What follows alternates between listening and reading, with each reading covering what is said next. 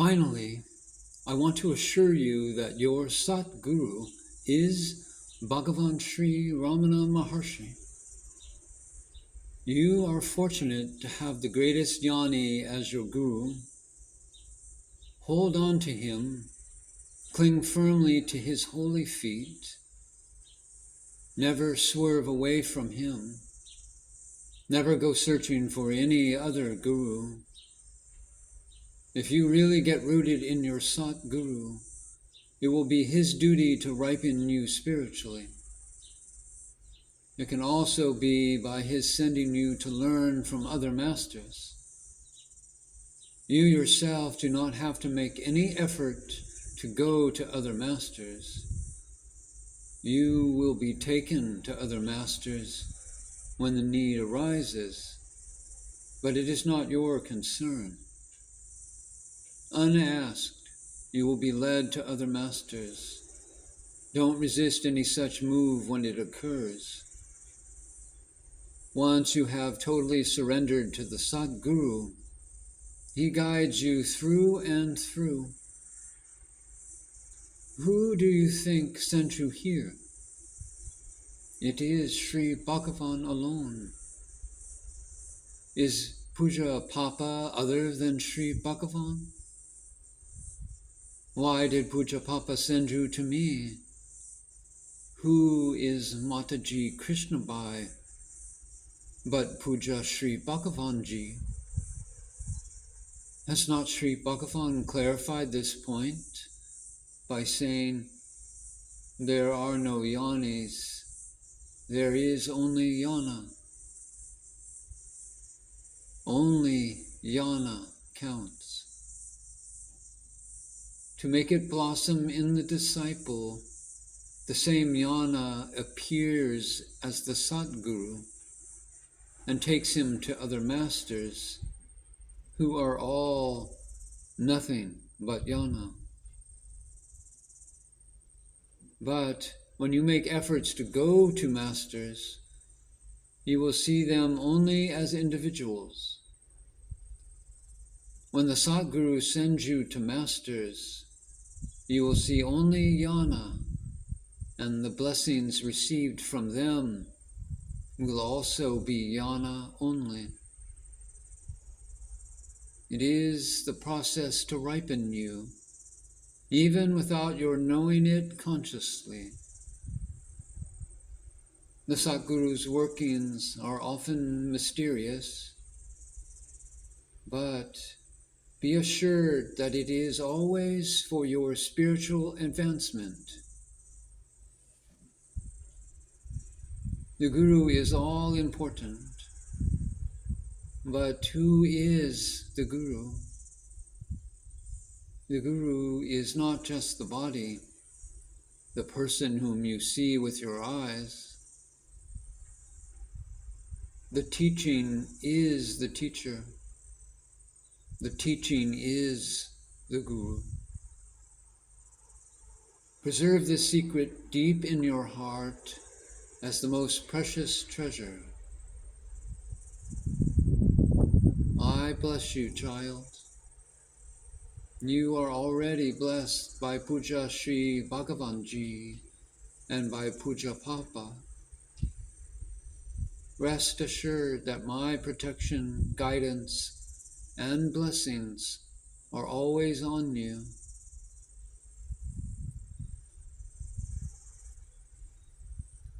Like a honeybee coming out of a lotus flower after having its fill, I got up in all joy and repeatedly prostrated to Puja Mataji.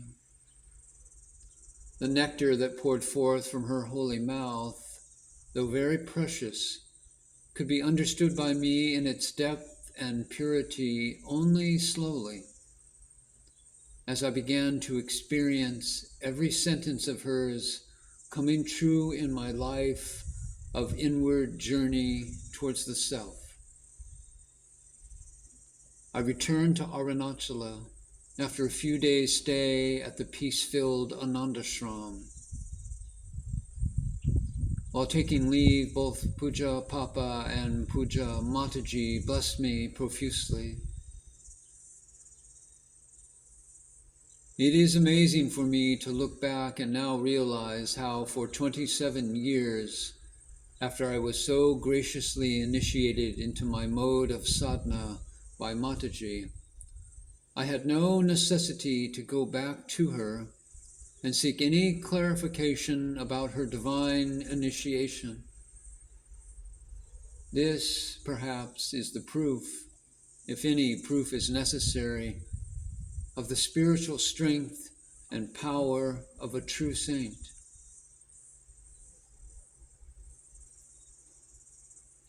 I too meticulously followed her course of guidance, without a single thought of resistance or obstacles. Everything moved so smoothly and so well that there was not a single failure or disappointment in all my efforts. On my return to Sri Ramanasramam, I started gathering details, slowly but steadily, of where all the old devotees were scattered. Like a planned program, I executed the whole scheme without telling anyone, including my father, who was the ashram president and under whom I was working, about the instructions imparted to me by Puja Mataji. At the time, Sri Ramanasramam was financially at a very low ebb, and adding more ashramites would not have been welcomed by the management, especially when most of all those old devotees were either very poor or sadhus. Within a few decades, under the guiding presence of Mataji, I succeeded in bringing nearly 40 old devotees back to Sri Ramanasramam. It was purely her grace that I could look after them and, to the best of my ability and capacity, fulfill their needs, which were naturally few and far between. Rooms were built, servants were recruited, and medical aid was provided. Most importantly, to support all these, sufficient and steady inflow of donations had to be arranged for. All this was done by Bhagavan's grace. While offering my prostrations to Puja Mataji for guiding me through and through, I also offer my wholehearted salutations to those few friends who were always helpful to me, supporting me, and extending unflinching assistance to me in every way they could for all those years. Obviously, I could not have achieved it by myself. What a great opportunity it was for me to be in the proximity of those old devotees and serve them. They who had the rare privilege of being in the divine presence of beloved Bhagavan. In 1987, I visited Anandashram for an extremely short stay. Again, I received Puja Mataji's blessings in abundance. Those were the days I was burdened with a very serious problem concerning a printing press. The details of this were shared in the book, in the section Yogi Ram Surat Kumar, who was a direct disciple of Swami Ram Das and Mataji, in the Ramana Periya Puranam.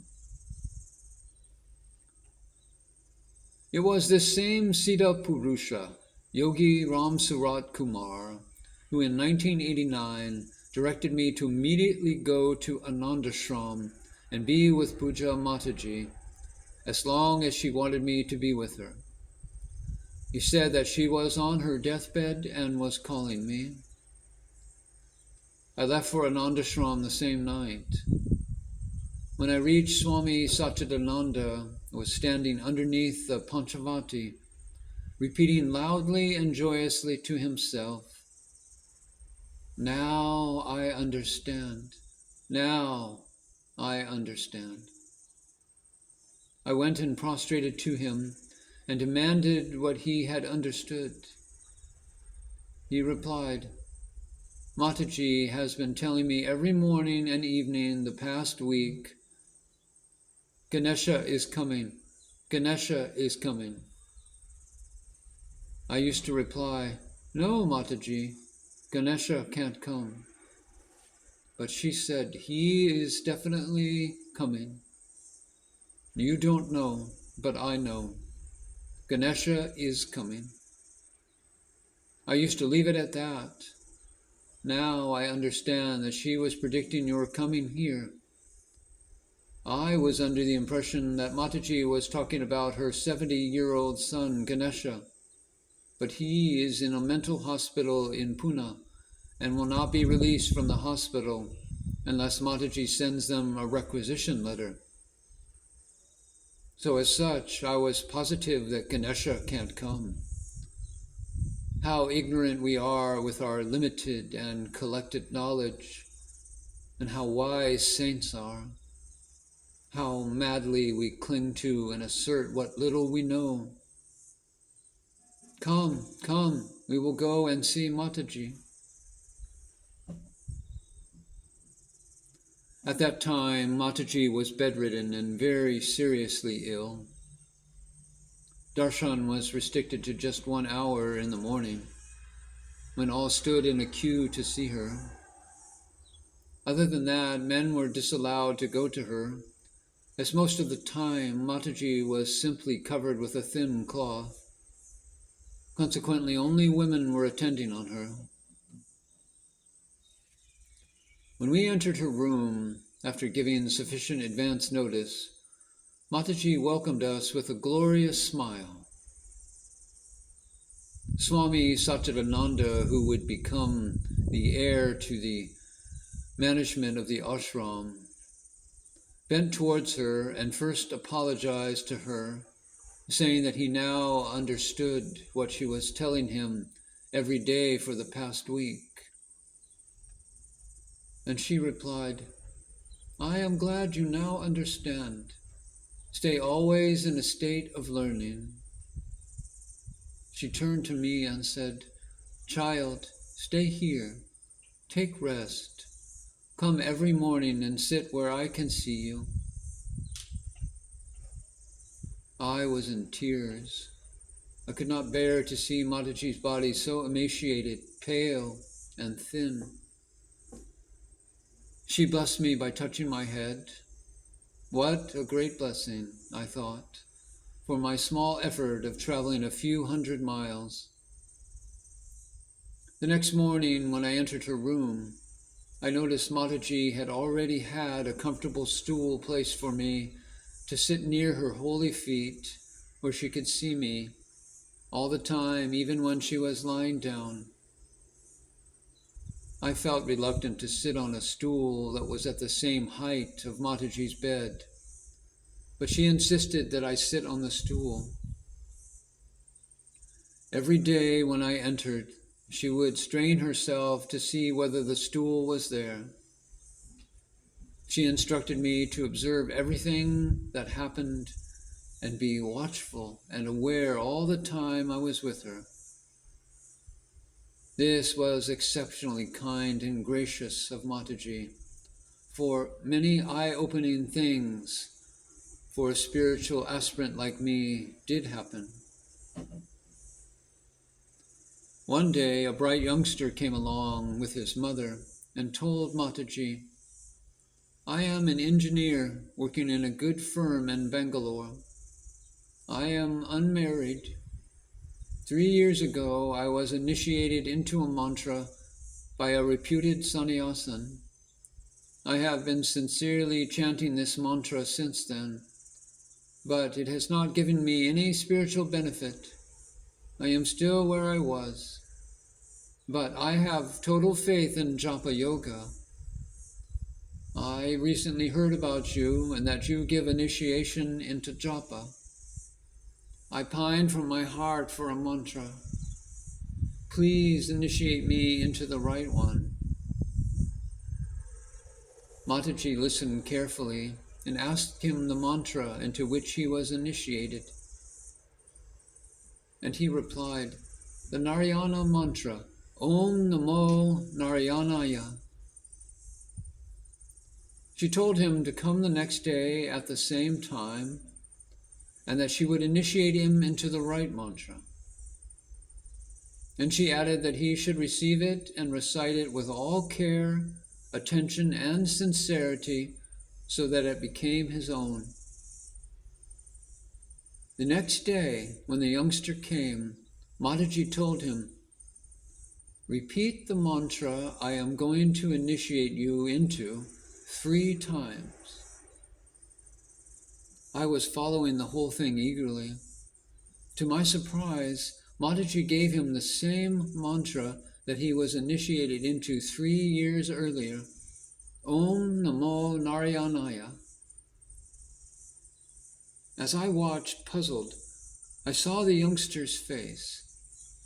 Even as he repeated the mantra after Mataji with closed eyes, his face brightened up with joy and ecstasy. He prostrated with all reverence a few times to Mataji. She blessed him with a glorious smile. After they left, Mataji lifted her head a little, looked at me deeply, and then gave me a smile of grace and blessings. Naturally, she should have known that I knew 2 other similar instances already. Of course, that is how I would like to interpret Mataji's lifting her head and smiling at me. Therefore, I feel that they too have to be shared here for the benefit of spiritual aspirants.